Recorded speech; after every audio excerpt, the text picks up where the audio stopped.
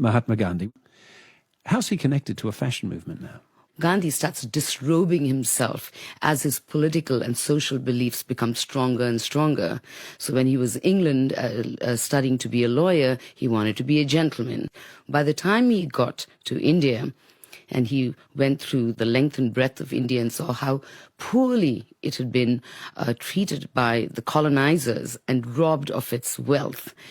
The Khadi movement said, burn all the clothes that are made in England because, they're robbing us of our cotton, they're robbing us of our jobs, robbing us of the village economy. He realized that when he said, burn your clothes, the poorest of the poor didn't even have clothes to wear. So he literally took off all his clothes and wore what is called the loincloth.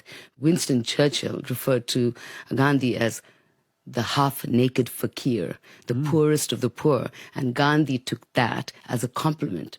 Now, that sartorial journey is about being able to talk about your sense of morality, in integrity, through the clothing choices. I'm struggling with the notion that a former editor of Vogue India sees a future for us in loincloths. I can't certainly tell someone who is struggling to make ends meet, you can't possibly be wearing polyester. I think everyone has their own journey. So I completely recognize the fact that I had to go through an entire system and a cycle of consumption to realize what I'm doing to harm the environment personally. And as someone in the media, especially someone who worked in a very consumerist environment like Vogue, which I learned everything from, to reach a point to say, hold on, I can't continue like this. So what is sustainability then when it comes to clothing? We are making in the excess of 500 billion T-shirts per year. Yeah. And so we do not need that many clothes. So as much as I'm a big champion and activist for sustainability and all into anyone who's sort of involved in innovative practices that can bring changes in the kind of clothing fabrics that we use that don't harm our environment, I think on a personal note and a plea to customers and consumers like you and me is just buy less. We go on diets, some brutal diets where we deny ourselves certain types of foods. We want to cleanse our system.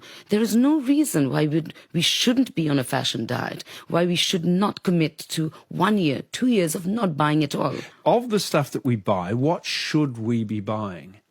Wonderful to participate in the clothing and fashion world if we can buy pieces that have value, have a story. Anything that will make you hold it close to your heart. We all travel. If you're going to travel to Indonesia and you pick up an ikat jacket that's made by hand, you know the backstory. You know the village community that created it. You'll be the last person to put it in a bin.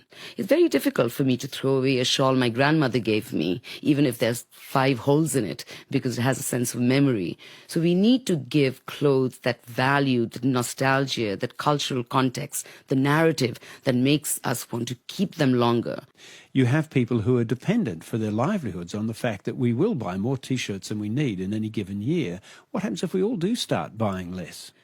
If we continue to say, I'm willing to buy a T-shirt that costs less than a cup of coffee, then there's something fundamentally wrong in the way we purchase. In fact, what we should be saying to these companies, we don't want them to go out of existence because they give jobs to millions of people in developing countries and underdeveloped countries. We should say we are willing to pay more if you are going to give fair wages to the people who work for you. Buy less, pay more. Buy stuff with meaning. Correct. And we need to hold these companies accountable. So therefore, we have amazing social media revolutions, the movements. One of them is Fashion Revolution that says, who made my clothes? You can tag the company that you're wearing, you can hashtag it and ask them directly, who made my clothes? The whole idea is we want a system of transparency, accountability. I do want to buy that T-shirt, but I also want to know when I'm paying for it, the person who made it is not voiceless, is not faceless, is not invisible, and is being given fair wages.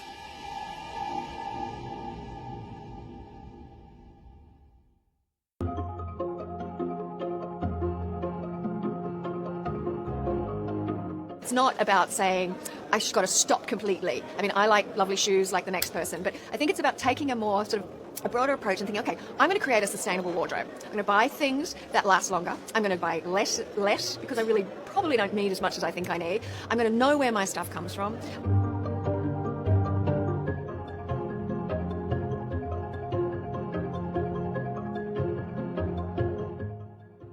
the materials and the way we use materials in fashion and where they come from, they're linked back to nature.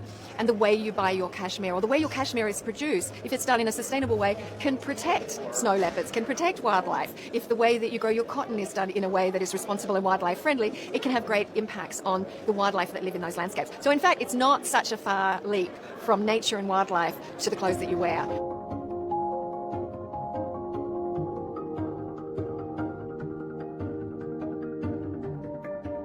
Get a bit more awareness about what your things are made from, where they come from, and then start sort of educating yourself and thinking, okay, I really like those shoes. I bought them, not quite sure about how sustainable they are, but it means I'm going to be really careful about maybe not buying lots more for the next month or two.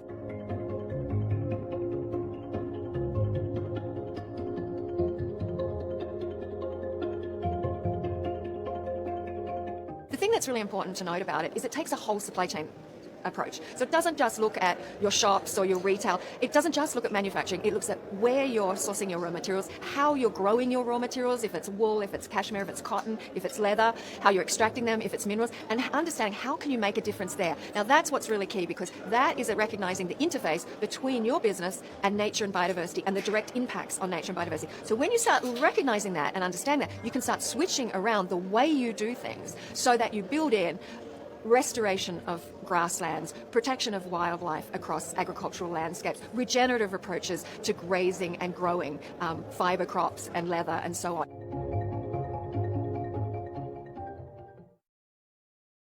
పోతున్నాడు నిలువుతనేడు నేతన్న నీరాత ఎత్తెట్ట రాసే దినదిన గండము అవుతుంది బతుకే కుల వృత్తి నమ్మిన చేనేత